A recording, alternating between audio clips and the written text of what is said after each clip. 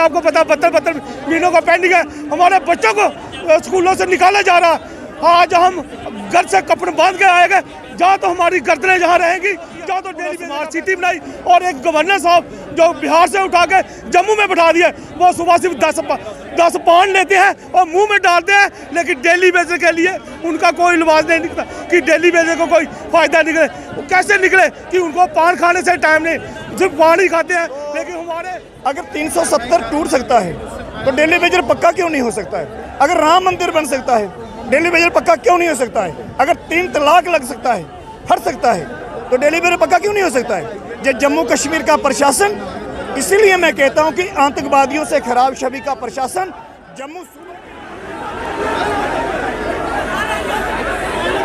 और ये ताज सर को भी ले जाते हुए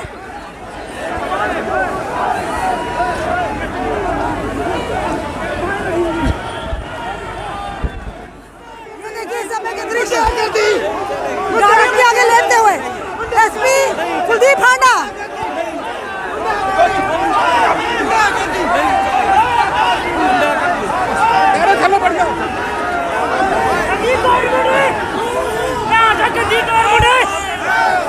गंदी गवर्नमेंट बीजेपी, गंदे लीडर, गंदे मिनिस्टर है। नमस्कार, दैनिक शिफ्ट टाइम में आप सबका स्वागत है। रश्मि शर्मा कैमरामैन शुभम भगत के साथ एक बार फिर से डेली वेजर्स का हल्ला बोल। इस समय अगर चारों तरफ घुमाकर मैं कैमरामैन से कहूँगी, अगर घुमाएंगे पूरी तरफ से कैमरा करेंगे, देख रहे हैं हर तरफ से आपको एक जन सैलाब उमड़ा हुआ दिखेगा डेली वेजर्स का। और आज फिर से इन्होंने डेली वेजर्स का हल्ला बोल प्रशासन और सरकार के खिलाफ। पिछले कई महीनों से ये लोग अपनी मांगों को लेकर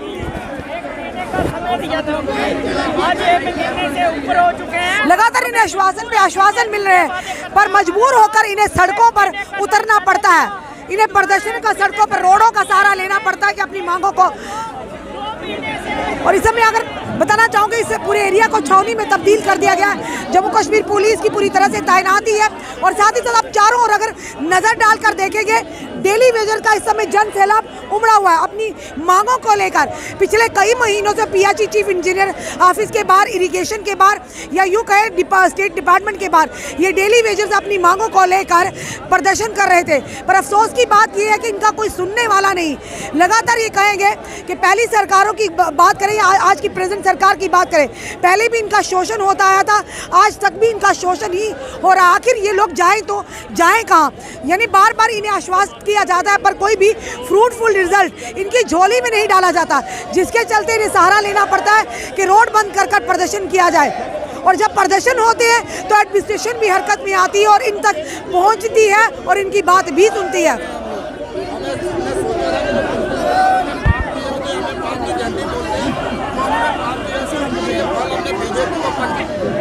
चलिए, क्या नाम है सर आपका? मेरा नाम सुरेंद्र शर्मा जी। सुरेंद्र जी, आप फिर से हल्ला बोल तो पर होगा क्या? मैडम आपको पता ही, आप हर बार हमारी कवर करते हैं कि हमें 1 महीने का, जब हमें डिपकॉम का गिराव किया था, हमें 1 महीने का टाइम दिया था कि हम डिपकॉम साहब ने कि हम आपका मसला हल करेंगे।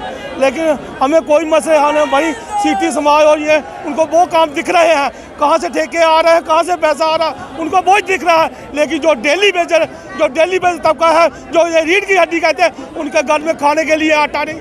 आज 32 रुपये किलो आटा है, लेकिन हमें 9,000 से 32 रुपये किलो लेकर आटा हम खा सकते हैं। कहते हैं मोदी सरकार ने ये किया, वो किया, उन्होंने स्मार्ट सिटी बनाई। और एक गवर्नर साहब जो बिहार से उठा के जम्मू में बैठा दिए, वो सुबह सिर्फ 10 पाउंड लेते हैं और मुंह में डालते हैं, लेकिन डेली बेजर के लिए उनका कोई लिबास नहीं निकलता कि डेली बेजर को कोई फायदा निकले। वो कैसे निकले कि उनको पान खाने से टाइम नहीं, सिर्फ पान ही खाते हैं। लेकिन हमारे फायदे में कोई नहीं है सोचते। आज आपको पता 72 महीनों का पेंडिंग है। हमारे बच्चों को स्कूलों से निकाला जा रहा है। आज हम घर से कपड़े बांध के आएंगे, जहाँ तो हमारी गर्दनें जहाँ रहेंगी, जहाँ तो डेली बेजर का फैसला रहेगा। जय हिंद, जय भारत। चलिए, हमेशा डेली वेजर्स की बेबाकी से आवाज़ रखने वाले सर यहाँ पे हमारे साथ मौजूद है। डिपकाम के पास गए, उन्होंने भी आपको आश्वासन दिया, नेताओं के पास गए, उन्होंने भी आश्वासन दिया, मजबूरी में आप सड़कों पर उतरते हैं। तो क्या लगता है आज का उतरना कामयाब रहेगा? रश्मि जी, आपका बहुत धन्यवाद।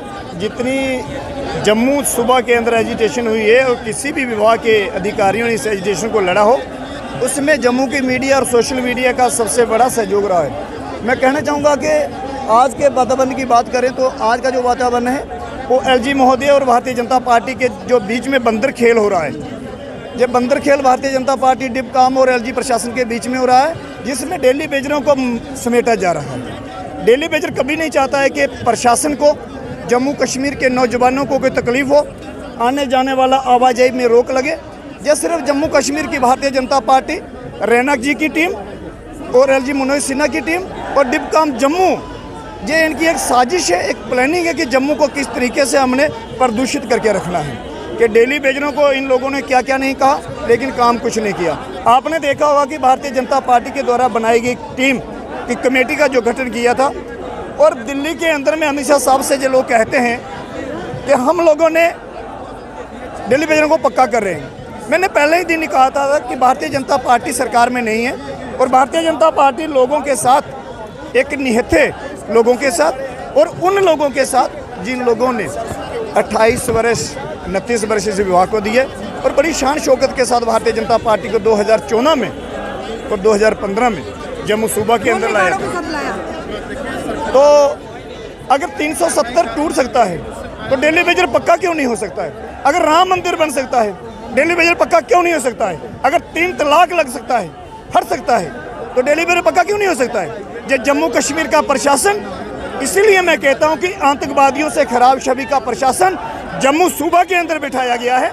ये लोग कदापि नहीं चाहते हैं कि जहां की आवाम, जहां का डेली बेजर से रेगुलर हो, जहां के बच्चे, जहां के डेली बेजरों के बच्चे स्कूलों में अच्छी शिक्षा पढ़े। लेकिन मैं फिर भी कहूँगा, जिस तरीके से मीडिया ने इस कार्यक्रम को लेकर गए हैं और डेली बेजरों का हौसला जो मैं देख रहा हूँ, इससे हमें व्यतीत होता है कि वो दिन दूर नहीं होंगे जब डेली बेजर्स के करीब नहीं होंगे। अगर डिपकाम के हाथ में कुछ नहीं, यहाँ के नेताओं के हाथ में कुछ नहीं, फिर आपको आश्वासन क्यों दिलवाते हैं? डेली बेजरों के आश्वासन को झूठा साबित करने के लिए डिपकाम जम्मू को अपनी कुर्सी को छोड़ना होगा। डिपकाम जम्मू से मेरी अर्ज है कि आपने जितना झूठ बोला, एक दिन 4 घंटे कंपनी बाग बंद होने के उपरांत में चीफ इंजीनियर जम्मू 3 बार जहां के दौरे करते थे, लेकिन उसके बाद चीफ इंजीनियर डिपकाम की साजिश जो मिली जुली हुई है और सरकार जूं की तूं बनी हुई है। मैं साफ शब्दों में कहूँगा कि डेली बेजर्स इस लड़ाई में जिस तरीके से कूदा है, इस लड़ाई को जब तक पॉलिसी नहीं होगी, घर वापसी नहीं होगी, अगर आज भी डेली बेजरों के साथ इतना सौतेला व्यवहार हुआ है और जम्मू कश्मीर में भारतीय जनता पार्टी और जम्मू कश्मीर के इलेक्शन कमीशन इलेक्शन के दौर में जाता है, तो मैं दावे के साथ कहूँगा कि आने वाले दिनों में आपने वो हिसाब देखना है। जो लोग पिछली कुर्सी के ऊपर बैठे हैं, वही लोग फ्रंट कुर्सी पर बैठने वाले उससे भी पिछली कुर्सी के ऊपर बैठेंगे, आगे सत्ता में नहीं आएंगे। बोलो, इस समय जो व्यक्ति देख रहे डेली बेजर, इनकी सर पर आपको चोट देखने को मिल रही है। जानने का प्रयास करेंगे चोट कैसे लगी है। भैया, ये इनको चोट एक जब धक्का में पीछे से धक्का आया, आगे पुलिस वाले खड़े थे, उन्होंने डंडा उठाया, डंडे से इनको लगी है। कुछ थोड़ी ना लगाया। हम ये पोटासी जो निकाल रहे हैं, शांतिपूर्ण पोटासी निकाल रहे हैं। हम नहीं चाहते कि किसी को दिक्कत आए, लेकिन पुलिस वाले हमें यहीं से आगे ना बढ़ने दे रहे हैं और उस वजह से धक्का मुक्की में इनको चोट लगी है। कि आपको दृश्य समय दैनिक शिफ्ट टाइम के माध्यम से हम बता रहे हैं, महिलाएं भी हैं और पूरी तरह से इस एरिया को छावनी में तब्दील कर दिया गया है। पवन जी से बात करते हैं। पवन जी, अब आप लोग सिरकते यहाँ पर आ गए हैं, क्या कहेंगे, क्या सुनवाई होगी? पहला प्रदर्शन थोड़ी है आपका इस तरह से। कहाँ गए आपके नेता लोग जिनको आपने वोट किया? कहाँ है ब्यूरोक्रेसी? डिपकाम जी ने आपको भी लॉलीपॉप दे दिया। अब क्या लगता है आज से बात क्या होगा? देखिए रश्मि जी, सबसे पहले मैं आपका शुक्रगुजार हूँ मीडिया के तमाम साथियों का, और दूसरा ये हमने 1 महीने से ज़्यादा समय लिया है। 22 तारीख तक हमें डिपकाम साहब ने कहा था कि 22 तारीख तक आपकी 10 या 15 दिन के अंदर पूरी जो है बात आला अधिकारियों तक पहुंचा दी जाएगी, एलजी साहब को भी जहन तक पहुंचा दी जाएगी और कोई ना कोई हल निकला जाएगा। लेकिन 26 तारीख हमने कहा था कि 26 तारीख जो है देश का गणतंत्र दिवस के रूप में मनाता है, तो उसमें कहीं हम खलल नहीं डालेंगे। और हम सभी ने, मेरे तमाम डेली बेजरों ने ये तिरंगा जो है अपने सब डिवीज़न लेवल पे, डिवीज़न लेवल पे और अदरवाइज़ घरों में, कई अपने साथियों के घरों में मैंने खुद तिरंगे पहुंचाए हैं। मतलब कहिए संविधानिक में रहने वाले लोग हैं, कॉन्स्टिट्यूशन का मान सम्मान करने वाले लोग हैं, लेकिन जब खाना मांगने की बात आती है तो बड़े अफसोस के साथ कहना पड़ता है कि जम्मू कश्मीर में सुनहरे सपने, हरियाली, खुशहाली, मैं कहूँगा कि सबसे बड़ी बदहाली जो है वो जम्मू कश्मीर की है, क्योंकि ये 61,000 परिवार हैं और वो परिवार जिन्होंने पानी चलाया है, बिजली चलाई है, साफ सफाई की व्यवस्था की है। और आपने देखा कोविड-19 का जो प्रोटोकॉल भी था, या तो उसमें बेल्ट फोर्स के जवान थे या फिर मेरे डेली वेजर भाई, कैजुअल लेबर्स भाई। मेडिकल हेल्थ में देखे सबसे बड़ा वो गंदे लिफाफे भर भर के हाथों से उठाए हैं, ना कि अपनी जान की परवाह, ना अपने परिवार की परवाह। और इतना करने के बाद और एडमिनिस्ट्रेशन कहते हैं कि सुनहरे सपने। मैं अमित शाह जी से, देश के गृह मंत्री जी से पूछना चाहता हूँ कि कहाँ है वो सुनहरे सपने? हमारे पुराने सपने ही लौटा दीजिए। जम्मू कश्मीर में जो 94 से पहले तमाम वर्कर्स हुआ करते थे, उन्हें 7 साल के बाद रेगुलाइज कर दिया जाता था, लेकिन हमने 20 साल, 22 साल, 25 सालों से सेवाएं देते आ रहे हैं, ना रेगुलेशन का पता है। और दूसरा, जब यूटी में कन्वर्ट कर दिया गया, ना ही हमें जो है यूटी के रेट अभी तक मिले हैं। क्लियर मैसेज है कि अब डेली वेजर सर पे कफन बांध चुका है, रोडों पे निकल आया है। गेंद जो है वो सरकार के पाले में है।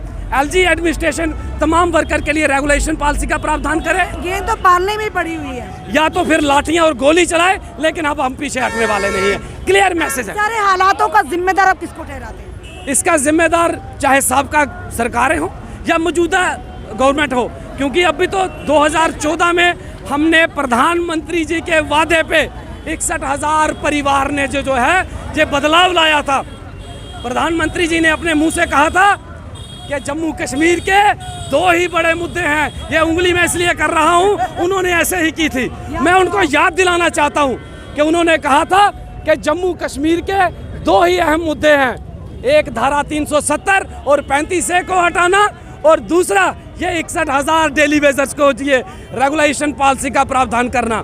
जब धारा 370 हटाई गई तो हमने वेलकम किया कि हमें भी जो है दूसरा वादा भी पूरा होने वाला है, लेकिन 2.5-3 साल से समय बीत चुका है, शायद उनको दूसरा वादा याद नहीं आ रहा है, इसीलिए आज डेली वेजर्स रोडों पे निकल आया है। और क्लियर कट मैसेज है, या तो देश के गृह मंत्री जी संज्ञान लें, प्रधानमंत्री जी संज्ञान लें, और पीएमओ मंत्री हमारे यहाँ के लोकल सांसद डॉक्टर जितेंद्र सिंह जी संज्ञान लें कि तमाम डेली वेजर्स के लिए रेगुलेशन पॉलिसी जो है, जो प्रधानमंत्री जी का वादा है, उन्हें वादा याद दिलाएं कि जम्मू कश्मीर का 61,000 परिवार उनके वादे का जो है इंतज़ार कर रहा है। इसलिए आज हम रोडों पे बैठ गए हैं। चाहे लॉ एंड ऑर्डर की स्थिति खराब हो, चाहे कोई और परिस्थिति हो, हम पीछे हटने वाले अब नहीं हैं।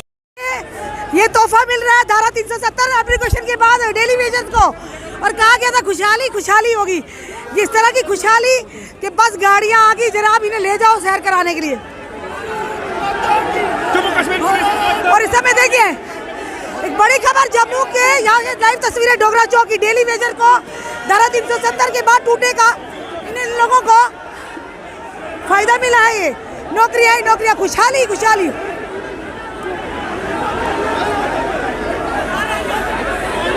और ये गेंद ताज सर को भी ले जाते हुए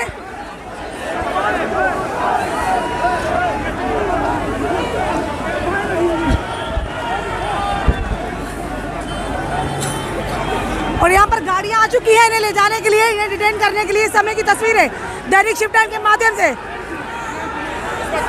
सरकार ने तो ये कहा था खुशहाली खुशहाली होगी,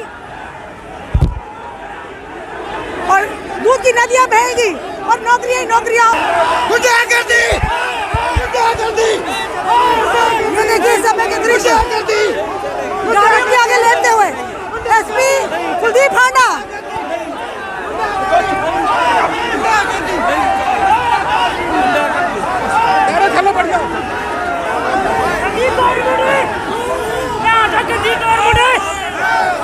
गंदी गवर्नमेंट बीजेपी, गंदे लीडर, गंदे मिनिस्टर है। तस्वीरें गाड़ियों के आगे लेटते हुए डेली वेजर, यहाँ की तस्वीरें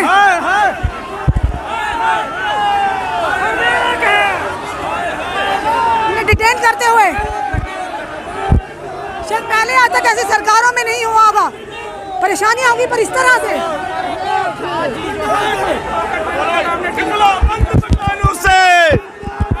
ये सरकार हमारे साथ कर रही है।